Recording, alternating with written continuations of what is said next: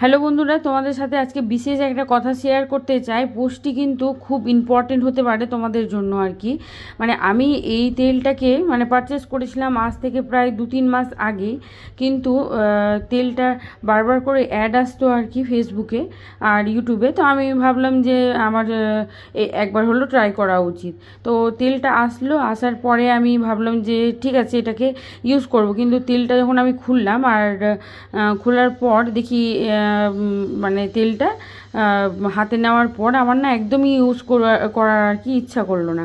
তো আমি করলাম কি, ওটা রেখে দিলাম। তারপরেও কিছুদিন গেল আর কি, মোটামুটি 15-20 দিন গেল। তো ভাবলাম যাই হোক, তেলটা তো তেলের মতো, ইউজ করে একবার দেখি মাথায়। তো আমি হলো কি ওটাকে ইউজ করলাম।